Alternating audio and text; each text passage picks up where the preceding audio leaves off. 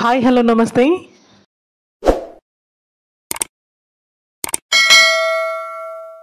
Hey hello welcome to my YouTube channel. Unexpectedly మేము ఒక కొత్త బీచ్ని అయితే ఎక్స్ప్లోర్ చేసాం ఫ్రెండ్స్. ఈ బీచ్ పేరు వచ్చేసి ఎరంగల్ బీచ్. ఈ బీచ్ దరిదాపుల్లోకి వచ్చే వరకు మనకు ఒక బీచ్ ఉంది అనే విషయమే తెలియదండి. ఇది చాలా చిన్న బీచ్. బీచ్ పక్కగానే మనకు ఒక పురాతనమైన చర్చ్ అయితే కనిపిస్తుంది. ఇది 1500 సంవత్సరంలో పోర్చుగీస్ వారిచే నిర్మించబడింది. బీచ్ చాలా అంటే చాలా ప్రశాంతంగా ఉందండి. ఫేమస్ అయిన బీచ్ల్లో ఉండేటువంటి ఎటువంటి హడావిడి లేకుండా చాలా కామ్గా ఉంది. కంప్లీట్ బీచ్ అయితే ఎలా ఉంటుందో ఒకసారి మీకు చూపిస్తాను.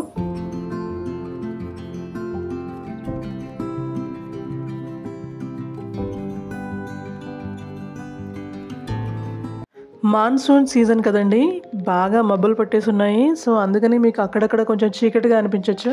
ఈ బీచ్లో లెఫ్ట్ సైడ్కి రాళ్లతోటి ఒక ఒడ్డు లాంటి నిర్మాణం అయితే ఉందండి. ఆ రాకేశ్వర్ దగ్గరికి అయితే వెళ్ళి చూద్దాం మనం. యాక్చువల్గా ఇది ఒక సరిహద్దు అనుకున్నాము, బట్ ఇది హార్బర్. నా వెనకాల మీకు బోట్స్ అనేవి కనిపిస్తూ ఉంటాయి, మొత్తం టార్పాలిన్ ర్యాప్ చేసేసి. మాక్సిమం ఇక్కడ అన్ని మత్స్యకారుల కుటుంబం అండి, ఫిషర్మెన్స్ ఉంటారు. వర్షం స్టార్ట్ అయిపోయిందండి, చూడండి మబ్బులు ఇలా ఉన్నాయి. ఇది మా సెకండ్ టైం అండి. 500 మీటర్స్ పరిగెత్తుకొచ్చి వెహికల్లో ఎక్కాము.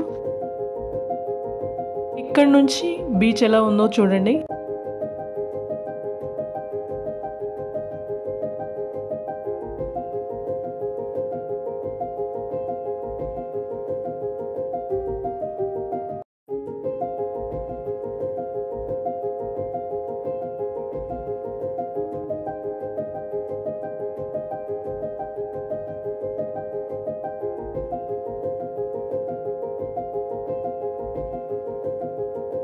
వర్షాకాలం కాబట్టి ఈ టైంలో చేపల వేట అనేది ఉండదండి. నార్మల్ డేస్లో ఈ బీచ్లో చేపలు ఎండబెడతారు. అంతేకాకుండా మ్యాక్సిమం ఈ ఎరంగల్ బీచ్లో ఇసుక పర్సంటేజ్ కంటే రాళ్ళు ఎక్కువ ఉన్నాయండి.